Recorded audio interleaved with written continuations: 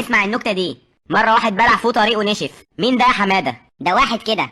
مرة فرخة استحمت بشامبو جابت بيض من غير قشرة. مين ده يا حمادة؟ ده ابن خالتي وضيف عندي. هاي. سمعت آخر نكتة يا حمادة؟ لا. بيقولك مرة طالب طلع من الامتحان دايخ. ليه؟ مبرشم على المروحة. ايه هو البرشام؟ استنى اما نقفل النكتة يا حبيبي. بالراحة على الورق يا محمد. طب اسمع انت النكتة دي. محشش اشترى مسدس 9، اتحبس 9 وربع. مش فاهم. واحد اشترى مسدس 9 ملي، اتحبس الساعة 9 وربع. بوظت النكتة الله يخرب بيتك. بالراحة على الواد يا حمادة. بتضحك على ايه؟ في نكتة هتموتكم الضحك. يعني هنضحك ولا هنموت؟ في مرة واحدة اسمها أسماء وقعت على الأرض، كل اسم راح في حتة.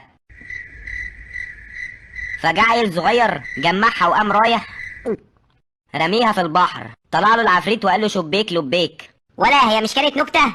عليا الطلاق قلبتها حدوته عشان ما حدش ضحك. انتوا عرفتوا؟ طب اسمع النكتة دي. محشش دخل يتقدم، فقدموا له كوباية شاي فيها فتلة ليبتون، فسابهم ومشى. ليه؟ قال من أولها عمل. يعني ايه عمل؟ احمد بقى.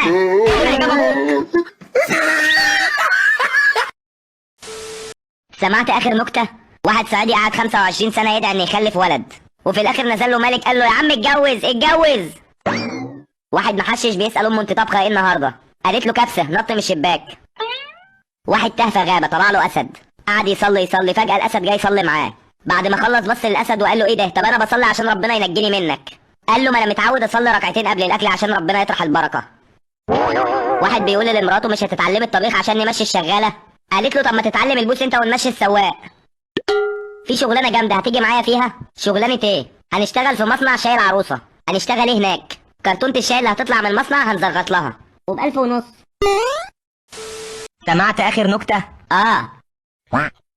مرة واحدة خطفت رجالة، قعدت في كافيه طلبت جوز هند. طب اسمع دي. لا. مرة واحد غبي بيموت، قالوا له قول الشهادة قول الشهادة بسرعة، قال لهم دبلوم تجارة.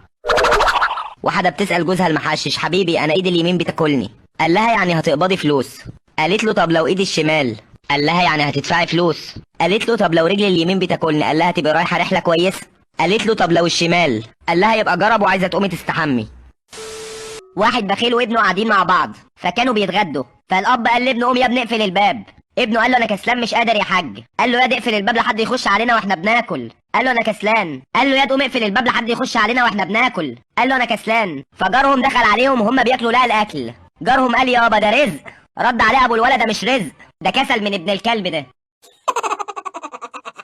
واحد كل يوم يكتب رسالة لربه، يكتب في الورقة يا رب محتاج 1,000,000 جنيه، وبعدين يرمي الورقة في السماء، جنبهم اسم شرطة الورقة بتنزل فيه. فطبعا اسم الشرطة كله بظباطه بعساكره اتفقوا ان هم يجمعوا له المبلغ، فما عرفوش يجمعوا له المبلغ كامل، جمعوا له نص الفلوس، وراحوا ادوا له الفلوس وقالوا له انت ربنا استجاب بدعائك ورزقك بالفلوس دي.